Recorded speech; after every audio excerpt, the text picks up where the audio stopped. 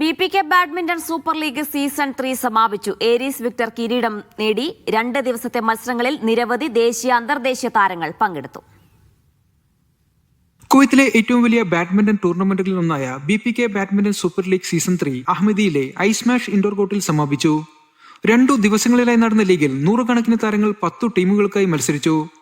വാശിയേറിയ ഫൈനലിൽ United sports ക്ലബിനെ തോൽപ്പിച്ചാണ് ടീം വിക്ടർ ചാമ്പ്യൻഷിപ്പ് സ്വന്തമാക്കിയത്.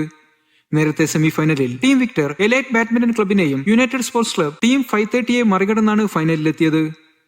Kuwait, India, Pakistan, Philippines, Egypt, Lebanon, Sri Lanka എന്നിവിടങ്ങളിൽ നിന്നുള്ള താരങ്ങൾ ലീഗിൽ പങ്കെടുത്തു.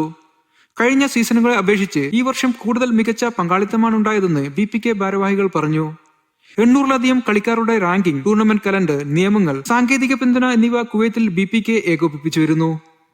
രാജ്യത്ത് നടക്കുന്ന ഭൂരിപക്ഷം ബാഡ്മിന്റൺ ടൂർണമെന്റുകളും BPKയുടെ റാങ്കിംഗ് സംവിധാനവും നിയമങ്ങളുമാണ് പിന്തുടരുന്നത്. മത്സര ഇടവേളയിൽ DK ഡാൻസ് അക്കാദമി അവതരിപ്പിച്ച ഫ്ലാഷ് മോബ് ശ്രദ്ധേയമായി.